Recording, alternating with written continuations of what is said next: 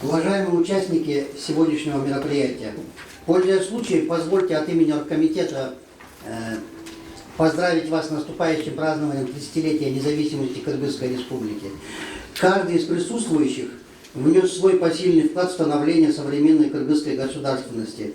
От имени оргкомитета желаем вам всем здоровья, крепкого семейного благополучия и долгих лет жизни. Предстоящий юбилей диктует необходимость подвести итоги и определить дальнейшие действия. Как говорил мудрый царь Соломон, время разбрасывать камни, время собирать камни. При формировании повестки дня оргкомитет руководствовался тем, что самыми важными, абсолютно незыблемыми национальными интересами являются повышение благосостояния, обеспечение безопасности, соблюдение прав и свобод человека. С учетом своего профессионального прошлого считал бы возможным кратко изложить свое видение по повестке дня через призму обеспечения национальной безопасности.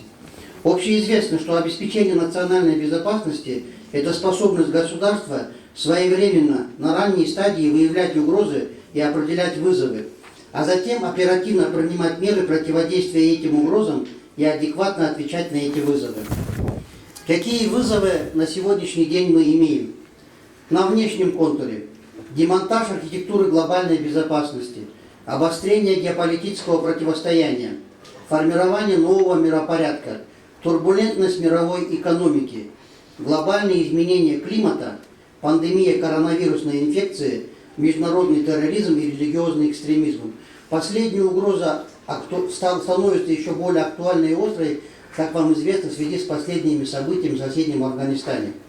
По внутренней ситуации в стране нарастают негативные явления в экономике, в особенности в обеспечении продовольственной, водно-энергетической безопасности. Наряду с этим очередная волна распространения COVID-19 вызывает массовое социальное беспокойство и тревогу. В обществе имеет место разочарование ввиду несбывшихся завышенных ожиданий, что чревато зарождением и ростом недовольства.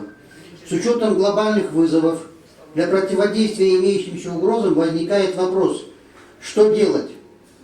Прежде всего, мы должны быть перед лицом этих угроз внутренне сильными. Как никогда ранее нам нужна не конфронтация, не разобщение, а консолидация всего общества. А стать сильным и единым возможно только при наличии национальной идеи.